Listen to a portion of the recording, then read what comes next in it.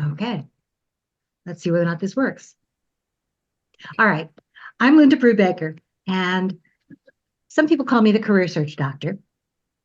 I'm a job search coach, and I'm an ex-recruiter, an ex-hiring manager, an ex-talent acquisition manager, an HR business partner, an ex-executive search consultant, and I've been a job search consultant now for the last 6 years in a dedicated fashion. This is my only job. What I do is that I help people to discover and highlight their transferable skills so that they can find their next forever jobs. And what today's Lunch and Learn session is all about is we know the job search is tough. We know that it raises lots of questions. So I want to make sure that as the year winds down, we get as many of your questions answered as we can. So this is really your meeting to push and to help direct. As a reminder, please put your LinkedIn URL and your introduction in the chat. We want to be able to network with you, to support you, to connect with you as we're doing it. As you have your question, please raise your hand. And then when I call on you, give us a very brief introduction as to who you are, okay? No more than about 30 seconds, and then what your question is. And we're going to crowdsource answers. I'll give my answer, but if you've got answers too, other ideas to contribute, please do. You've been there. And I'm sure that if one person has a question, somebody else has had it too. And in some cases, some of you have already dealt with it. So we're going to do this all together to try and work it out. Okay? That said, who's going to be our first question? Okay, well, go ahead, Al. Hi, everyone. My name is Alan Nunez from Phoenix, Arizona. I'm a higher education college recruiter working in college admissions, so I'm looking for something similar. So my question is, I had an interview on Monday, in-person interview, and it was for a position. Thank you. It was an interview. It was for a position that was a couple levels lower than what I'm used to applying for. So I felt like there was this elephant in the room because they kept looking at my background because I had been a director before, and that while that question wasn't asked, I got the question like, "What do you plan on doing in the next 5 to 10 years?" So I guess in some way they were kind of looking at that, like, okay, without asking, well, why are you looking at this position? You've been at a higher level position before. So any good suggestions on how to approach that? So may I ask how you did? I thought I did great. So part of this is as a recruiter, they wanted you to come in and do a 10-minute presentation on the school. It was for a community college. So I did that. It was just two people in the room. I thought I did very well. But there's always that question in the back of your mind, like, what are they looking for? So, yeah, but I thought I did well. Thank you. Excellent. Okay. So when you're asked that question, especially if you're coming from a position at this level and the position may be down here, the whole idea is to try and sell the fact that at this point in time, and you may not necessarily have to say those words, this is exactly what you're looking for right now. I've had some people successfully use the been there, done that, got the t-shirt, and now I've discovered that here's where I really want to do, here's where my passion is. I'm bringing my experience from here to this. And right now, this is where I want to be and to be able to contribute in this way. Now, when you get that idea of, so where do you want to be in the next 5 to 10 years? By the way, that question is asked for two reasons, okay? For many of us, okay, who are of a certain age, okay? It's asked both in terms of, well, you've been at the higher level, are you going to try and get back there? But it's also a very subtle way of asking, how long do you plan to work? How long are you going to be around? Your answer to that question can help position you for this particular role. How long do I plan to work? I'm planning to work as long as, I have no end date in mind. My goal is to be able to contribute in this role as well as possible. How long do you plan to be in this role? What do you plan to do in the next 5 to 10 years? My goal is to help X college, okay, continue to grow by working with your students in the best way possible, helping to bring them in, okay? Using my experience from everything helps me to look at things from lots of different angles, and I know what's important from that student perspective. That's what I'm hoping to be able to do, is to be able to help grow that student population. Don't fall into the trap of saying, I'd like to go back to my old role.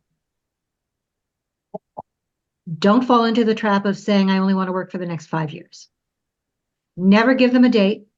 If they don't bring up the idea of how long do you want to work, don't bring it up yourself. But the idea is to focus in on this job. Now,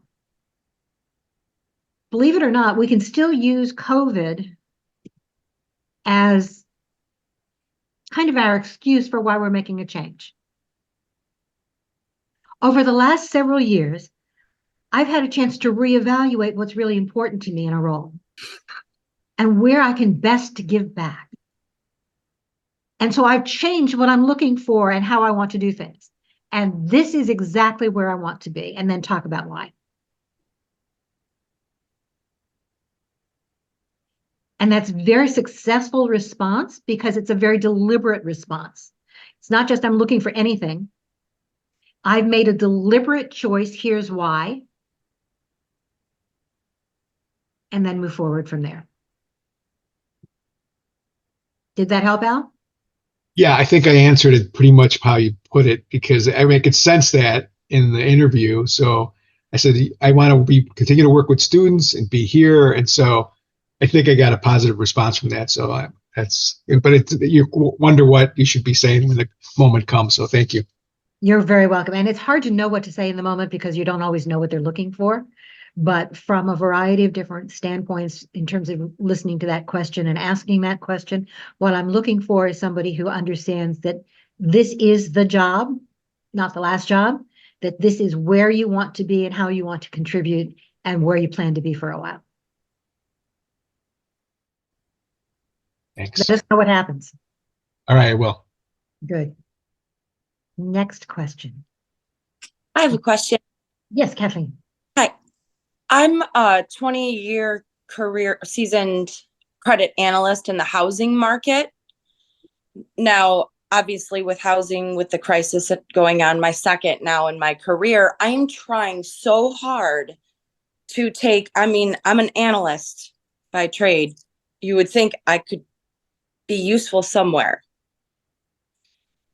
And no one's even calling me. This is the first time in my entire career I'm not getting called on anything. I have management experience. I have all this experience. I've changed my resume 1,000 times. Well, I'm exaggerating, but I'm at a complete loss. I'm applying for jobs I'm completely qualified for, except for that bachelor's degree. I do not have that. Okay. So more and more companies are overlooking that bachelor's. That it's going to be in the job posting. But even some companies now are eliminating that from the posting. There are very few jobs that actually will require a degree. So now some companies will do it because it makes them feel good. Okay. But for many jobs, a degree itself is not necessarily required as part of the process. Don't let that stand in your way in terms of applying. Now, when you say you've been applying to all of these jobs, Kathleen, I have no doubt that you're absolutely qualified for them, but how are you showing them that you're qualified?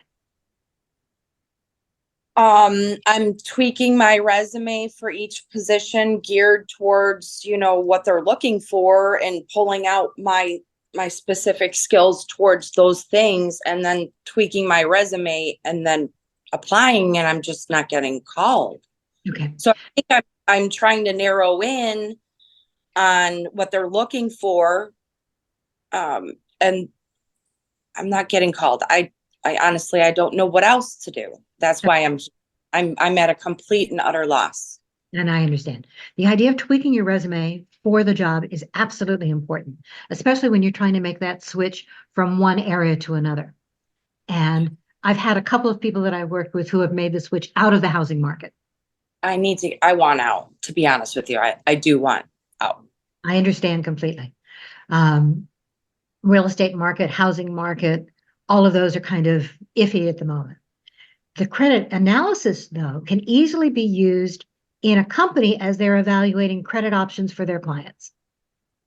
But the idea is when you're looking at tweaking a resume or submitting for those kinds of jobs outside your field, make sure that what you're talking about are the skills in their terms.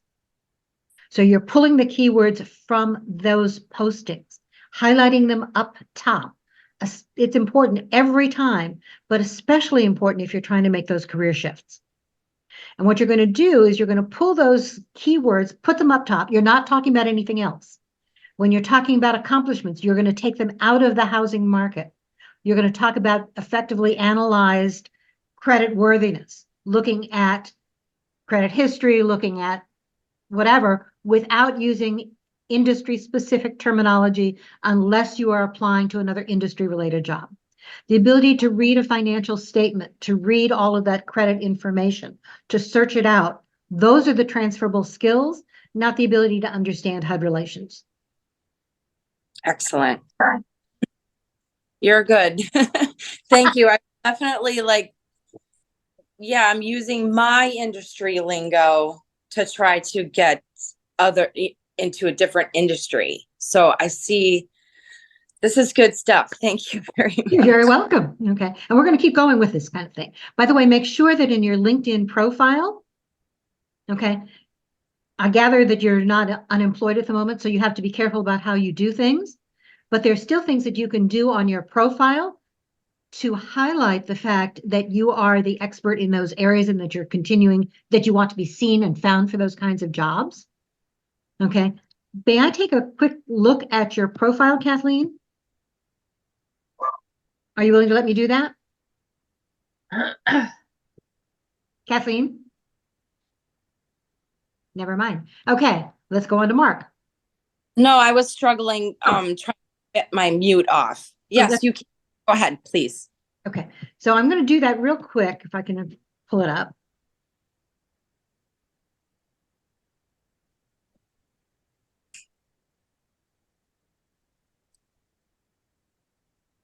Because I want to take a look at your profile. For those of you who are currently looking or whatever, we're not going to do a whole lot right now, but let me share screen.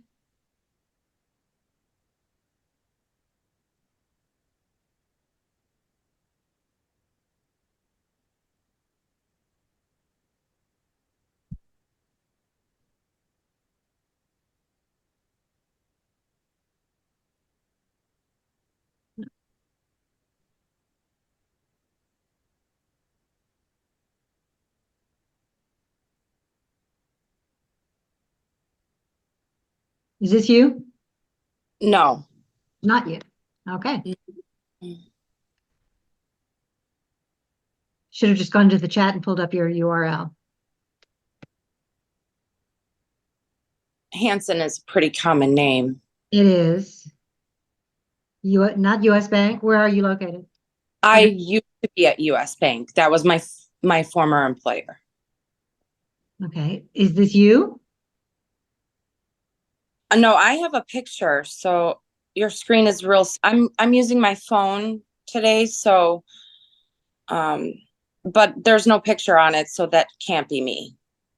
I have my professional photo up. I want to type in Kathleen versus Kathy. Are you I'm sorry? connected to Linda? That's what I was. Definitely Kathleen. I'm sorry. It's definitely Kathleen. I don't even go by Kathy. Got it. Sorry about that. No, it's okay.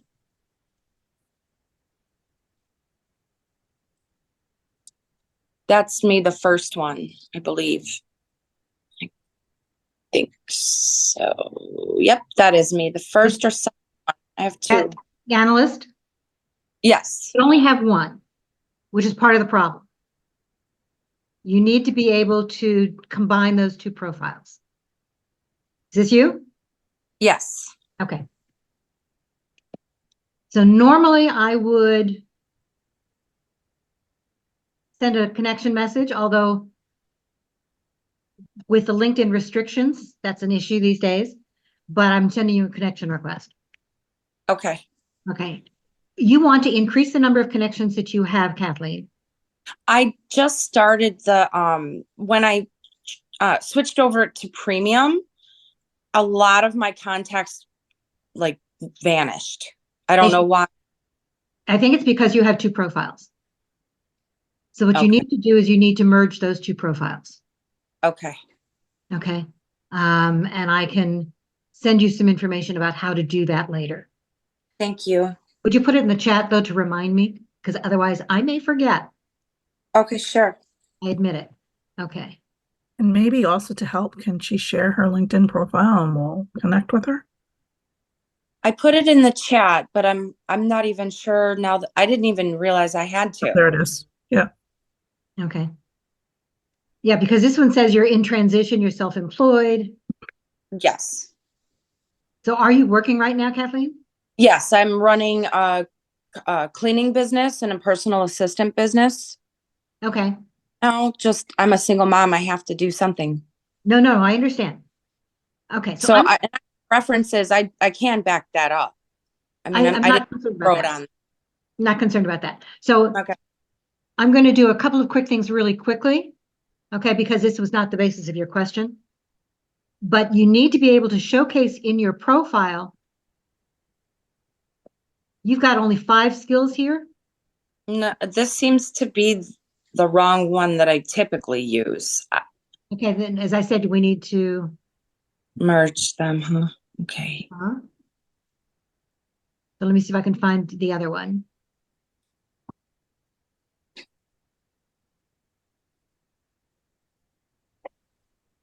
So this was the one I was looking at. Let me try this one.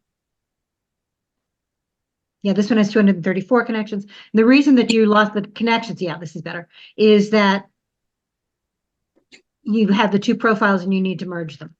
Okay. We have 50 skills that are possible. Make sure that you're adding all of those skills in there that are ones that you want. Right now, your profile screams mortgage only. And the way that you change that in terms of the skills is you reorder those skills. When I look at your profile, I see only 2. So the 2 that I see are mortgage underwriting and residential real estate. You may want to put in the analysis. You may want to put in credit analysis, actually would be the very first one that I would add. Make that first on your list if that's what you're looking for. Make sure that the skills that are in your profile are the ones you really want to be found for. Reorder them so that they are in the order in which you want to be found for them. And make sure that for your first level connections, you are asking us to endorse you for up to 5 of those skills. If you have a skill on there and it has no endorsements, LinkedIn doesn't recognize it. It must have at least endorsement for it to be found in a search. The only people who can endorse you are your first level connections. Can you say that again, Linda? If you have a skill in your profile, LinkedIn will only find it in a search if you have at least 1 endorsement for that skill.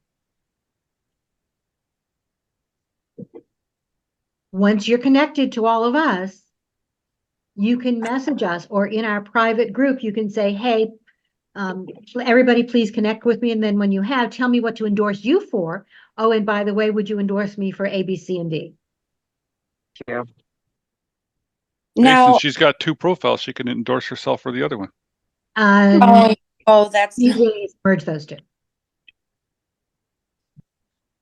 now my question is, I have been noticing some differences from my PC platform to my app on my phone. The information doesn't seem to be the same on both. Then you're looking at that 2. The information should absolutely be the same. It's different to look at, but it is exactly the same. I was pretty sure I had all of those skills: underwriting, research, management. You I have thought, them there, but you don't have them in the right order. okay, You can move them around. okay, we'll do All right. that. Absolutely. Thank you. You're welcome. Mark. Hi, good morning. I took your advice of sending out or revising resumes for each application, for each opportunity. So my question is, when you do that, how, what do you use to tailor the language in the resume to the opportunity? Do you go to the job description that might be online? Do you pull the language from that and put that into I'm assuming the introduction top paragraph? And then do you need to modify your experiences in your other jobs to match the new opportunity as well? Or is it just sufficient to to add language into the introduction to make it mesh?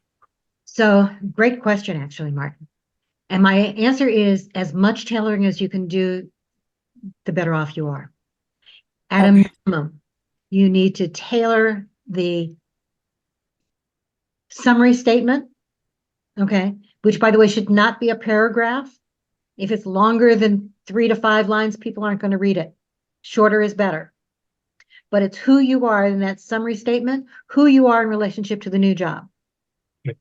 You need to tailor the skills section so that it's those keywords, those skills from that posting. Your accomplishments that you're pulling out from your jobs need to be those that are related to the new job. And if you can use their terminology, taking it out of the mortgage industry, for example, as Kathleen has everything in there's those terms, right? And making it more generic in terms of industry, then you're better off. If you have the time, go ahead and tailor some of the bullets underneath the jobs. You may have a whole list. You may want to reorder them. Which ones are most important for the new job? You may want to cut and paste and add some in and take some out. That's strictly up to you. But at a minimum, the summary, the skills, the accomplishments. Okay. Sounds good. Thank you. You're very welcome. Hi, Bo. Hi, Linda. Good morning. Just a suggestion to everybody, as I look through the chat, many of you don't have where you are and, you know, the geography of what you're looking for. That would be helpful as we all try to help each other. Just a tip. I think that's a great tip. By the way, in our private group, if you haven't done it recently, go ahead and introduce yourself in the private group and make sure that you are including that information. Not only what you do, okay, but where you'd like to be working, whether you want to be full-time, part-time, remote, hybrid, what location, okay? If you've got some target job companies, come back in and maybe do a second post and say, hey, by the way, here's some targets. If you know anybody there, help me out. That private group can be a real resource for us. If you see a job based on, okay, what you've learned about people in these meetings or in the chat or in the group, and you see a job that might be important, post it in the group and share it so that somebody else might be able to use it as well. It's our opportunity to really assist one another in a variety of different ways. Okay. All right. Next question.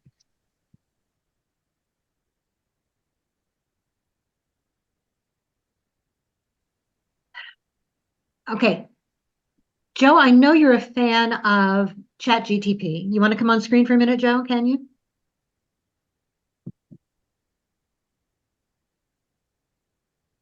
Yeah, I'm here. Okay. Joe is a big fan of using ChatGTP, and a lot of people are. Tell us, Joe, a little bit about how you use it. Well, if you want keywords in a particular field, you could type in the field that you're looking for, whether it's credit analyst, just type, and you can put what you want in there, keywords, and it will come back with the specific keywords for that industry. I use ChatGPT. I use sometimes Generation AI, which is built into Google to help write any cover letters that I have. Okay. So ChatGPT, Generation AI, any of those AI tools are good starting points. Personally, What if I'm familiar with them though? I mean, I know very little about those things. I will be honest with you, I'm still learning as I go. I'll But just give you, I don't mean to interrupt, but Go ahead. learning to use AI properly will make the difference between you getting picked over someone else. That's Not what it's coming necessarily. down to. Honestly, Joe, not necessarily. As more and more people are using the AI tools, recruiters can tell that that's where it came from. Not being Not terminated. unless you change it around. You could And that- change some of the results. You have to be able to use that as a starting point, not as an end point. Anything that you generate with ChatGTP is an idea for you to use and to build off of. And that is only what it's for. It's to give you an idea. Too many people are using it and saying, I'm going to use that as my substitute so I can apply quickly. Don't. Please don't. Okay. We can tell if it has been written by an AI kind of a bot, whatever it is. Use it as a way of generating that kind of information, but it's not just the industry terms, Joe. It really truly is what is important in this particular job.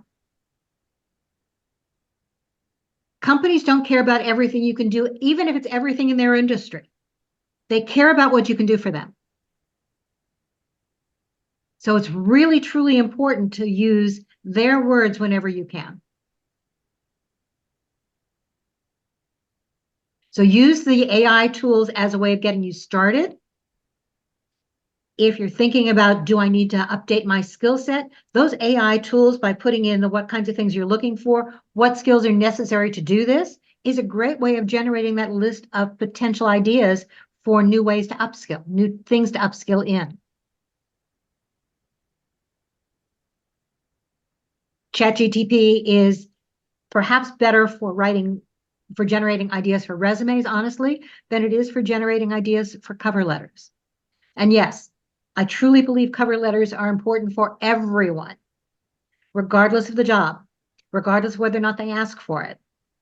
They're so important that a lot of people will use those cover letters as a way of making that decision as to whether or not you're the person I want to talk with. Using ChatGPT or another AI tool to generate a cover letter to some extent works against you, because what that does is it simply reiterates, restates some of your value points from your resume.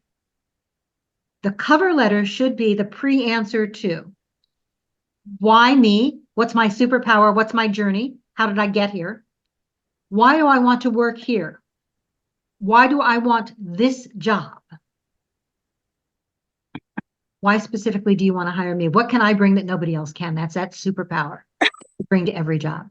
If you're just using an AI generator, it's going to simply pull some of the things from your resume. I don't need to read resume and cover letter at that point.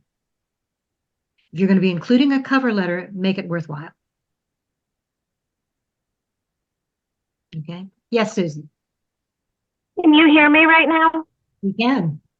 I just wanted to offer, for using ChatGPT, when I started, I just typed in ChatGPT. I went to the website, I registered, and then it just lets you ask questions. And one of the things I'll use it for is putting in the job description and putting in my resume, and I ask for comparisons or like what in the resume matches up with the job description, just to give me some ideas. And it's definitely a great idea generator. I really, I guess, just wanted to second that.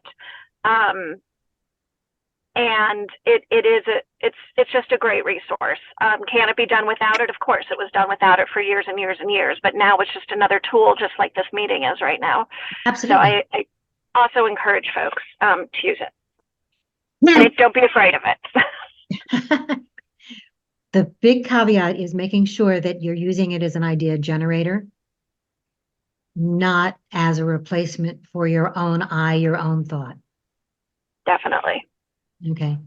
And as a reminder, as the more people start using those generative AI tools, they're useful. But if you're not doing a lot of customizing, if you're not making it if you're not using it just as that idea generator, people on the other side of the screen can absolutely tell. Not a good thing. It's also And good. sorry for interrupting. I can't remember how to take my hand down, and I'm on my mobile, so I'm good. Thanks. You take it down. Linda, it's also good if you're not the best writer, if you write what you want to say and put it in GPT or one of the others, it's helpful in just helping you write a little bit better as well.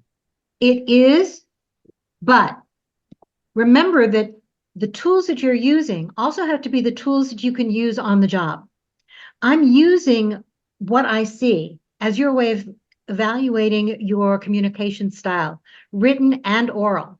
So if you're using somebody else to generate your words for you in the resume or the cover letter or anything else, and you're not communicating in that same style on the job, there's that disconnect. So just be aware of that. Yes, Frank. Let's get found. You don't happen to have LinkedIn Recruiter, do you? I do not. Okay, so then suppose you were recruiting for somebody for something. How would you look for them? I'm assuming you're going to use like a Boolean search, or what would you do? Yeah, I am. And Curious. even with LinkedIn Recruiter, you're using that Boolean search. You don't think they use the little filter things on the right side, whatever it is? Do, but they have more of them, but they can, even by putting in a number of those, in effect, it is that Boolean search. But one of the things that's nice about LinkedIn, whether it's a paid account, a free account, LinkedIn Recruiter, okay, is that I can search for you based on a number of criteria, and those criteria are going to be found in your profile, which is one of the reasons that I keep emphasizing that idea of those skills at the bottom of the profile.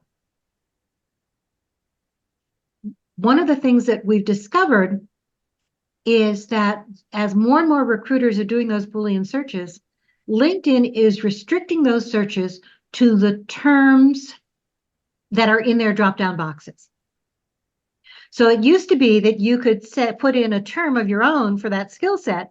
You still can, but you're not going to be found for it.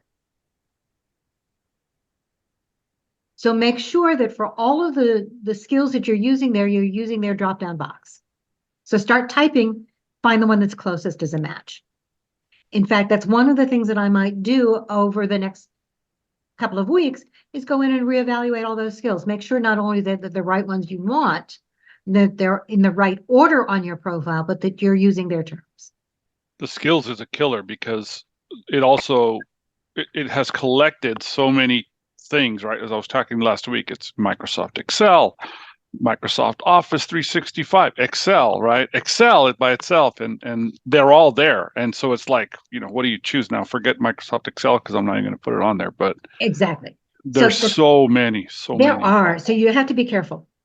So think about the ones that are most in use, okay, in those job descriptions across the board. In fact, if you want to, one of the things that you can do, and here's an AI,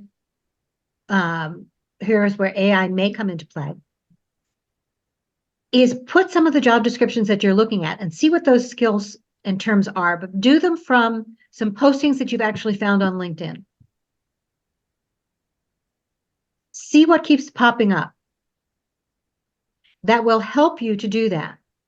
When you're looking at some of the job postings that are out there, especially the ones that LinkedIn is recommending for you, and LinkedIn will recommend job postings for you, they recommend them based on your profile. Look to see which skills they are recommending you for that they say you match. And you can do that with a free account too. If those aren't the ones you want to be found for, then you need to make sure that you are changing that skill section to highlight the ones, make sure that you've got the ones in there that you really want. So the Microsoft stuff, unless you are going to be using that in a routine basis for everything that you do, I would take it out. Saying these days that you know how to use Microsoft Office is almost like saying you know how to answer the phone. So for most of us, even though the jobs may say it, it's not one of those skills I'm going to be searching for. Don't waste the space. In terms of Excel, I would take a look at some of the advanced terminology for Excel. Start typing that in, because if I'm looking for Excel, I'm not just looking for Excel. I may be looking for somebody who can do pivot tables. And so I have another question. Now, do people want you to have skill using AI technology? Is that a big piece of today's job market? It depends on the job. Okay. It truly depends. Right. It doesn't have it in the requirements. It shouldn't, outside of that, want that then, right? AI technology, be savvy in that. It depends again upon the job, Kathleen. So it's not just the requirements section of the job posting that you need to look at. Read the whole thing, top to bottom. Okay. read some of the posts from that company if you're curious to see whether or not they're talking about it. Some of the people who are out there. But for the most part, unless the job is specifically asking for things like AI, it's not necessarily something that I would use. Okay. Okay. Thank you. You're welcome. The one thing I did put in the chat was I use Grammarly. So that is an AI based tool. You can use your own words and then it'll help you with that. I use the premium version. I have a developmental disability. So for me, it helped cleaned up my language. So I was good with having a narrator voice, but it really helped me in kind of perfecting that kind of structure in place. And I can use that. So when you're talking about on the job using a program, I'll be able to use that on the job still, writing emails. I use it for my phone. I use it on my tablet. So all my communication tools, I'm using that, but it's my voice. It's just kind of firming up sentence structures. And that's a great tool and great tip. Thank you. Grammarly is an extension that you can use on a free basis, just as part of Microsoft Word. Yep. Okay. So it is definitely one of those things that you can use on the job as well as off. So it keeps that consistency. It is something that no one will question on the job that you're using, and it still becomes your voice. Great tip. Thank you very much, Michael. Yeah, you're welcome. Okay. You don't need the premium version in order to use it, by the way. You don't. I mean, I use it because it helps me. One of the things that they now have with it is it helps with I'm one of those people that if I see errors, I want to know what the error is. So the premium version lets you with some of the structure. The other thing it does do is it has an AI tool that helps you identify how somebody might take your message. So then it allows you that aspect. So a lot of times, especially I've been in manager roles where I'll write an email and then somebody has taken it a different way. And I'm like, oh, I didn't mean that way. They're like, so it allows me to look at that before I send the message to see how they'll give you like 3 synopsis of how somebody might take it. So then that way, if you think that's one of them are not how you wanted it to be taken, you can then adjust the wording. Oh, I like that. I hadn't heard of that one before. Thank you. Yep. Okay. But that whole idea of using the tools that you can use both on your search as well as on the job, so that you have that consistent voice is important. Yeah, Frank, you unmuted for a second. I did. I was just going to add, if you haven't heard of Lavender AI, that's another free tool for job seekers that is similar to Grammarly. Helps you with like letter writing and email writing and so forth. So as long as you're in job search, they'll give it to you for free. You just got to let them know you're in job search. Nice. Can you put the link to that in the chat, Frank? I will do. Perfect. By the way, I put the chat in that private group. The links won't be active links because it goes in as a PDF, but you can still copy and paste it, okay, into your browser. So any of those resources that you have that you want to share, please do. They'll help us all. Linda, what's the private group name again? It's Lunch and Learn with Linda. Okay. Okay. And I'll put the link to that again. The only people who are getting access to that group are those people who have registered for Lunch and Learn.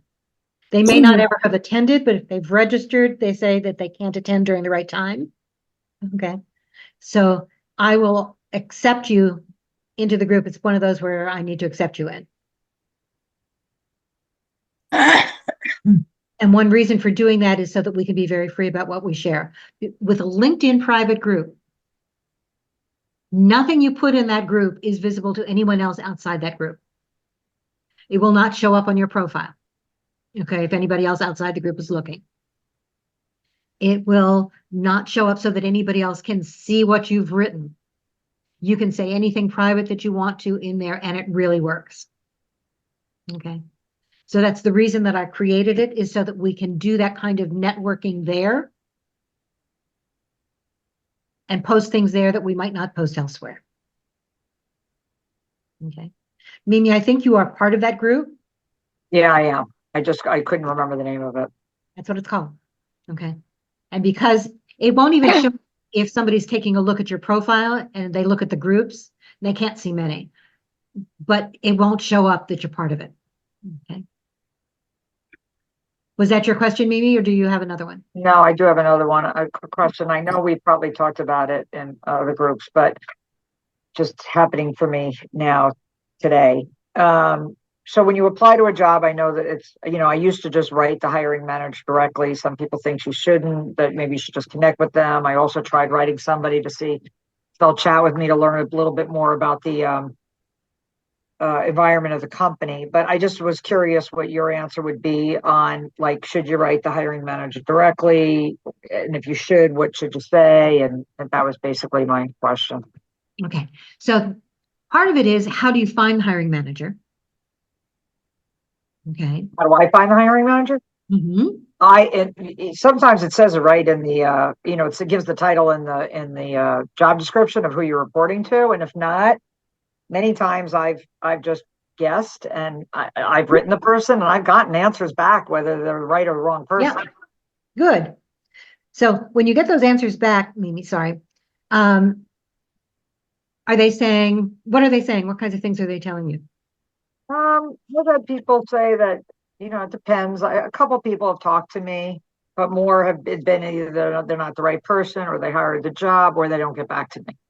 Okay. So it's been various ones. I just had somebody that I just connected with, and she didn't get back to me. So I took one of Brenda's examples, and I wrote her and just asked about the timeline. So I haven't heard back from her yet.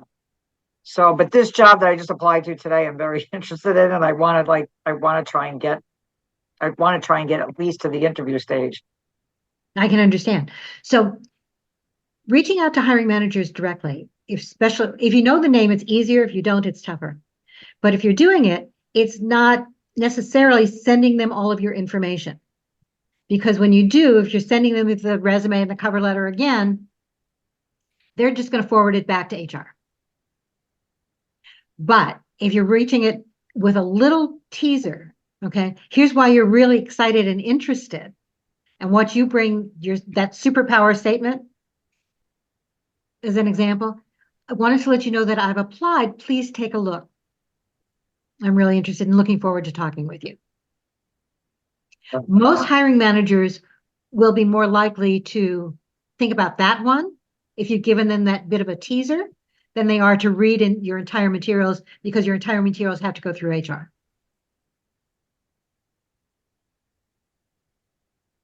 So yeah, go ahead and do it.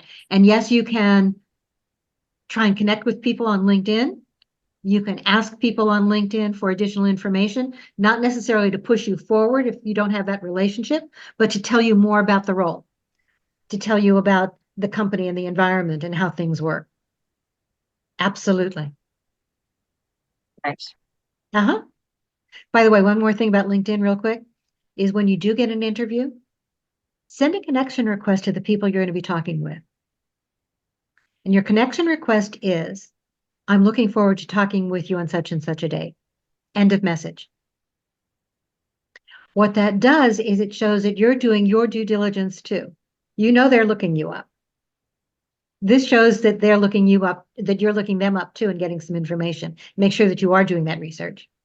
They may not connect with you in advance, but at least they'll know that you're trying to make that look at their profile, and that will help you as well. Michelle. Sorry, getting off mute. Hi, everyone. My name is Michelle Tadalori. I am what I would say a digital industry leader, experienced in web and mobile technology. Linda, my question is, so I've been looking now to I really want to seek a role as a director or senior director or VP in that title of mobile or digital technologies. However, I've thought about, because in my prior career, I also ran quality assurance teams. So I'm looking to maybe expand and use my transferable skills to also look at those jobs as well. So my question is, when it comes to applying for those jobs, where my resume will heavily reflect leadership in mobile and digital technologies, where quality was, I would say, part of the role, but not extensive. how should I be handling that when it comes to applying it so that my resume stands out? Number one, I know I can speak to the role, I can, do it. But I want to make sure that my resume stands out and I'm selected so that I get the interview. Understood. And that's absolutely a great question. So I'm going to go back to one of the very first questions that we talked about today, which was how much do you tailor the job? How much do you tailor your materials? In this case, if you're trying to make that switch, and most of the information on your resume and all of your bullets right now talks to that non-quality role, you want to go back and pull out on your resume those things which are quality related, and those are the bullets you want to include. Remember, a new job doesn't care about everything you've ever done. They only care about what you can do for them. And they're not going to go through and pull that out for themselves. So at least let's say you've got 4 or 5 bullets under each job. Make sure that at least the first bullet and the last bullet in that listing are quality related. Use your terminology in that area. And the reason that I say first and last is because when we're glancing through those resumes, right, you've got 2 to 9 seconds to grab our attention. We're not going to skim the whole thing to begin with, but we'll probably look at the first and last bullet in each job. Okay, if you could treat this enough up top. Okay. And do I have to do anything then also with the LinkedIn profile so that if they are looking at that as well, how do you, I guess, make sure that you're not overlooked because the two really won't be in sync, I guess? And that's also another great question. So LinkedIn is generic. You have to be able to include both. So what I would do is make sure that you have the skills that are right for both. Okay. Okay. And that you have endorsements for the skills that are right for both. And that maybe in your LinkedIn profile, you're including some information that relates to both. Okay. Okay. Okay. Thank you. You're welcome. Michael. Hello. So my question is an interesting one, Linda. So I've been getting a decent amount of interviews. So I probably would say almost 20% with what I've applied for. So that's good. That's huge. The issue I find that I think is almost as defeating as not hearing is always being the bridesmaid and never the bride. And so the amount of times I have gone in as a finalist, I made it very far, and then I'll go. And so one of the first things I do is I always follow up saying thank you, and I always ask for feedback because I think having a growth mindset always helps you out. And and only once did I get a lot of feedback. Other than that, you did nothing wrong. You were great. You had all the skills we were looking for, but then I'm like, okay, then what was the skill that I didn't have, or what was it that I didn't have? Knowing that a lot of the jobs I have gone for, I've been a senior director and an executive director, and still to this day, I never really think there's a big difference between that and a regular director. So for me, I've been applying for director roles, but I feel like that may be something that might be a barrier.